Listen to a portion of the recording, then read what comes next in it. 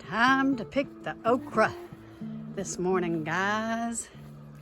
Okra, okra, okra. Good morning, everyone. Jill here with North Texas Vegetable Gardening, Canning Recipes, a little bit of everything.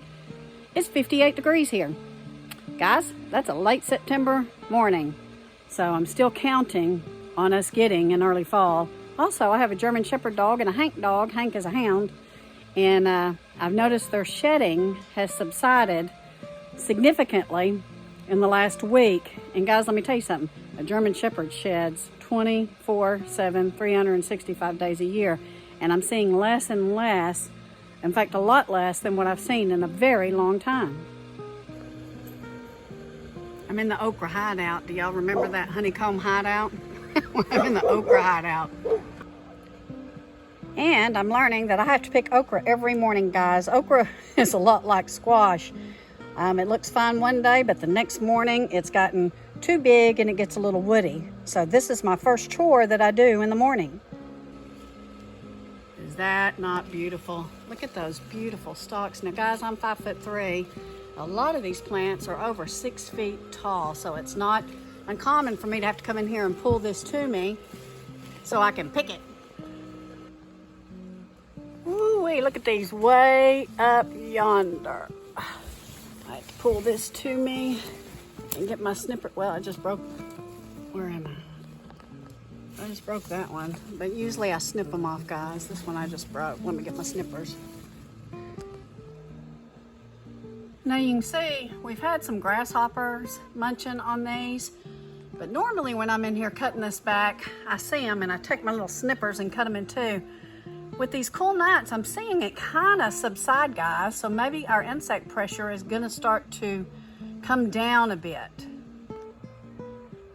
So you can see we pruned them pretty heavily down at the bottom, guys, because they were beautiful bushy plants, but I couldn't see. I couldn't get in here and find out where the okra was. And this has not seemed to have affected them at all. In fact, they seem to be popping more with new growth and new okra. Well, now I've never seen that. That looks like a Cheerio.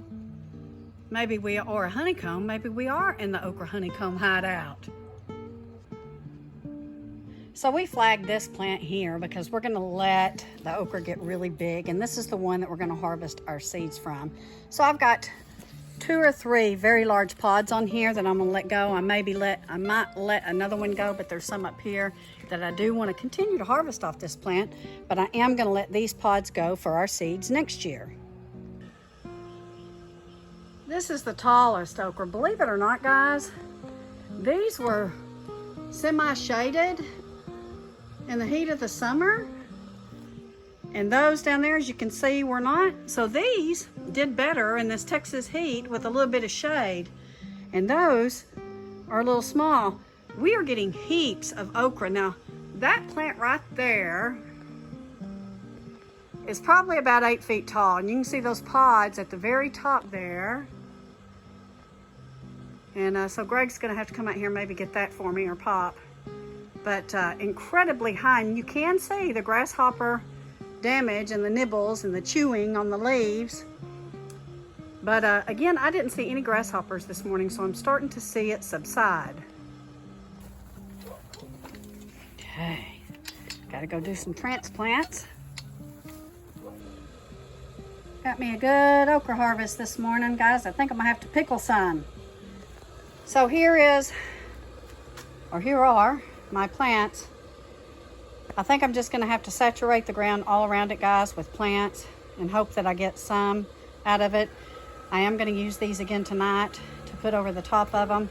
I'm thinking that since we're seeing the grasshopper pressure subside a little bit, that maybe, just maybe, I might be able to pull this off.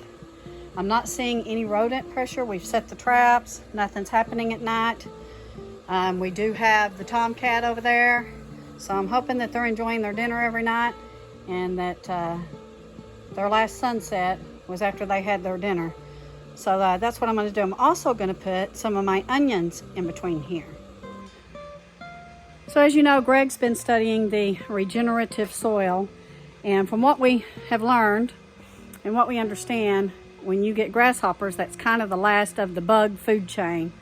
It starts out with aphids, and then you keep adding compost and the minerals and the nutrients that your plants need, and then the aphids don't like it anymore, and then it moves up the chain to chewing insects, and the last one usually is the grasshopper.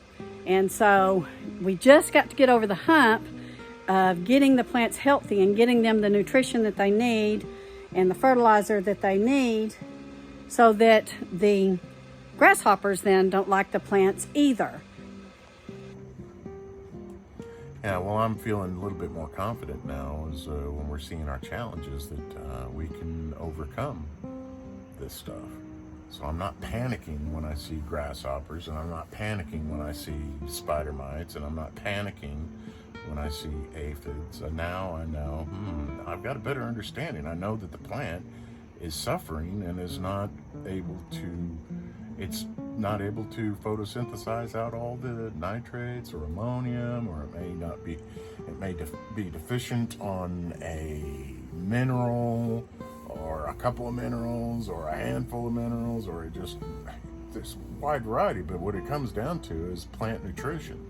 Is the plant healthy? So when you're seeing when you look at a pest and you see a pest, don't freak out and think that, I have to find something to kill them. Oh, no. Look at it and say, look, if my plant is in an unhealthy state, it may look lush and green and big and pretty, but you know why it probably does that? It's because the other health problems are being covered up by an excess of nitrogen or nitrates. You can make a plant look really healthy and green and cover up all these other problems that would be evident. So just look at it from a health perspective of the plant.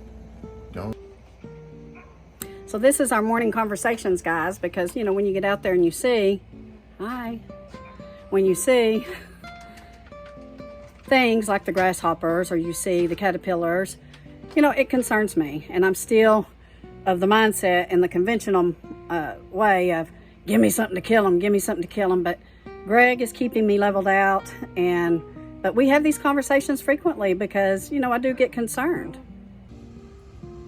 I know how disheartening it is, guys, to work really hard and then have something come after your garden, but we're going to keep on fighting, and we're just going to keep on planting, and we're just going to trust the Lord to do the rest.